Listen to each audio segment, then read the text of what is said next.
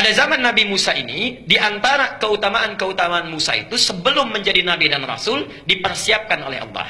Dipersiapkan. Banyak persiapannya. Di antara tahapan-tahapannya, Musa kemudian tanda-tanda dari kelahiran sudah kelahirannya tidak biasa, diselamatkan oleh Allah. Yang lain dibunuh, Musa diselamatkan. Al-Baqarah ayat 49. Saat tumbuh kemudian dewasa, ya, diberikan jalan oleh Allah untuk menghindar dari keluarga Fir'aun. Ya. Menerima wahyu, di surah Al-Kahfi dimulai. Ya. Kemudian menerima wahyu di situ, datang ke Bukit Tursina. Setelah menerima wahyu itu dibimbing, dipersiapkan sebelum mengantarkan dan membebaskan Bani Israel dari cengkaman Fir'aun. Di antara bimbingannya bertemu dengan hamba yang saleh yang kemudian konon disebut dengan Khidir. Ya. Siapa hamba yang saleh ini? Para ulama bersepakat, sebagian besar ahli tafsir menyebutkan bahwa beliau itu seorang nabi. Seorang nabi, walaupun tidak diangkat menjadi rasul. Ya? Nah, seorang nabi ini walaupun tidak diangkat menjadi rasul, diberikan oleh Allah keutamaan-keutamaan. Di antaranya adalah ilmu takwil. Ya. Jadi ada takwil yang terkait dengan mimpi, ada takwil yang terkait dengan fenomena tertentu. Takwil yang terkait dengan mimpi, misalnya Nabi Yusuf alaihissalam, kita sudah hafal kisahnya. Takwil yang terkait dengan fenomena tertentu itu diberikan kepada Nabi Khidir alaihissalam. Mulailah Musa diminta untuk belajar kepada Khidir untuk mempelajari kadar kesabaran. Sabar, tidak tergesa-gesa, tidak cepat menyimpulkan sesuatu. Karena di antara kelemahan Nabi Musa itu sebelumnya, lisannya tidak lancar dalam berbicara dan cepat menyimpulkan sesuatu. Ada orang salah tampar, ya. Makanya pernah tampar orang sampai meninggal dunia, sampai kabur dari kejaran Fir'aun. Ya. Karena itu dilatih kesabaran, bertemu dengan Khidir. Khidir itu seorang nabi ahli takwil dan memiliki kesabaran luar biasa. Singkatnya, saat bertemu dengan Khidir, menyampaikan ingin belajar, kata Khidir syaratnya sederhana, nggak boleh tanya. Nggak boleh tanya. Ya. Boleh ikut saya tapi nggak boleh tanya. Itu dilatih untuk bersabar. Perhatikan. Saat mulai berjalan pertama kali, lihat kejadian. Perahu ditenggelamkan. Tanya, kok ditenggelamkan? Bertanya. Nggak sabar kamu. Kenapa bertanya? Maaf, katanya, saya lupa. Baik ya? Singkatnya begitulah ya, dalam bahasa kita. Kemudian berjalan lagi. Ya. Kemudian ada satu bangunan dirobohkan, itu kan? Singkat saja dirobohkan, tanya lagi. Kok begitu? Kan? Masya Allah. Tanya lagi, kan? Nah, singkatnya, maaf, saya keliru. Kalau saya bertanya lagi, saya akan berpisah dengan Anda, kata Musa alaihissalam.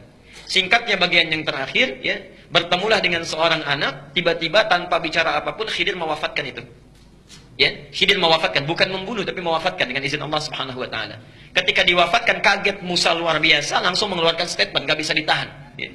Bagaimana Anda bisa melakukan ini, katanya? Ini zalim. Nah, disampaikan oleh Nabi Khidir alaihissalam. Apa saya katakan? Dari tadi di awal saya sampaikan, kamu nggak bisa sabar bersama saya.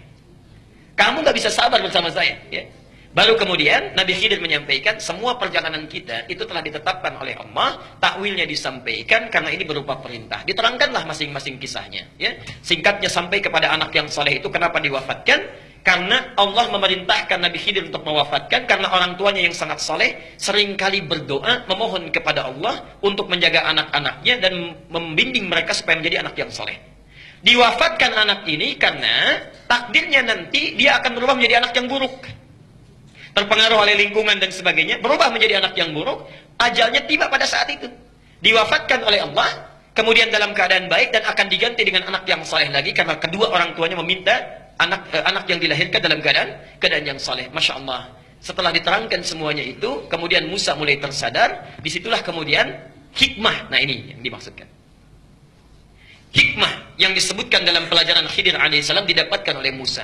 Jadi inti perjalanannya, tafsirnya adalah dalam melakukan dan menyikapi sesuatu itu mesti bersabar.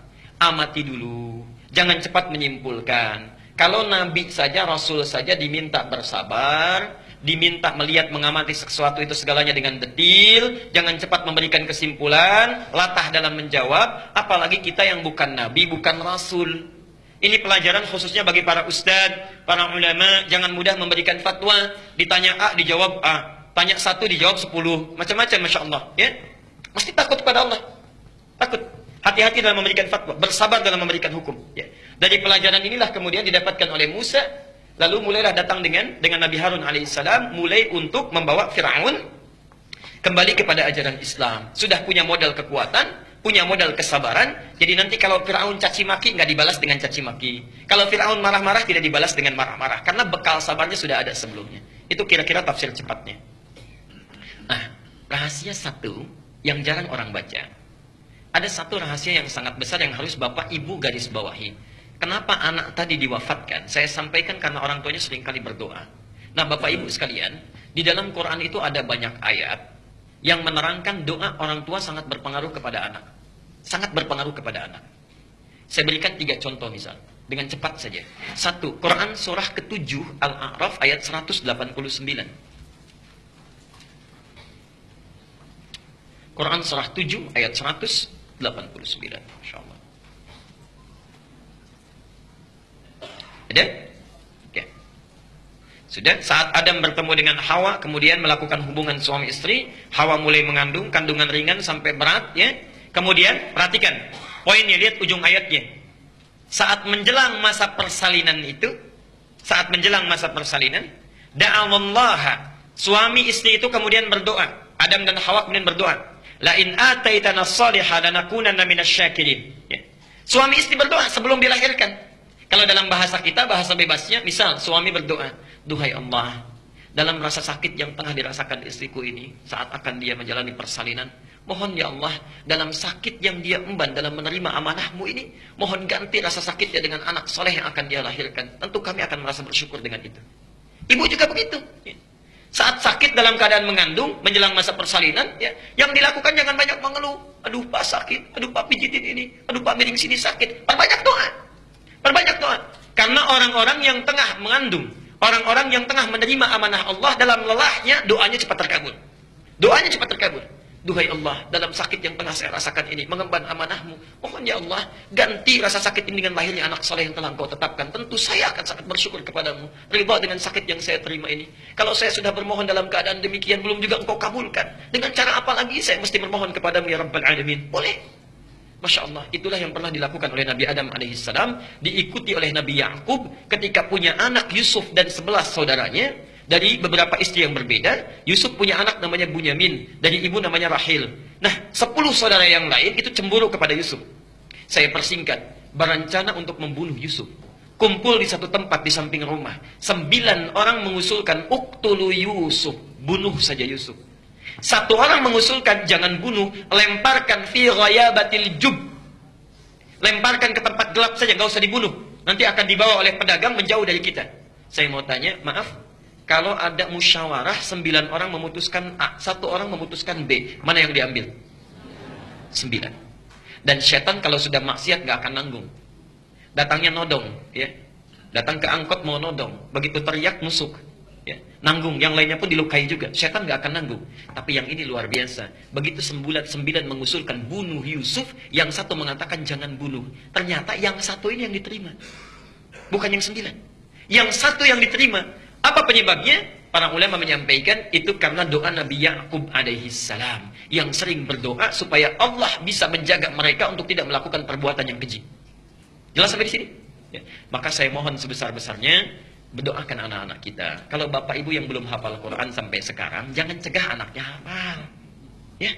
Kalau bukan anaknya, barangkali sudah dewasa, jangan cegah cucunya hafal. Doakan dari sekarang. Barangkali dengan doa itu satu saat itu yang akan mengembalikan kepada kebaikan. Umar, kisah nyata, seorang anak sekolah di sekolah internasional. Saya persingkat saja, ini kisah nyata yang saya terima. Bapaknya sibuk luar biasa, ibunya juga sibuk, ya. Tapi ibunya ini masih bisa mengantarkan anaknya sekolah, bisa menemani.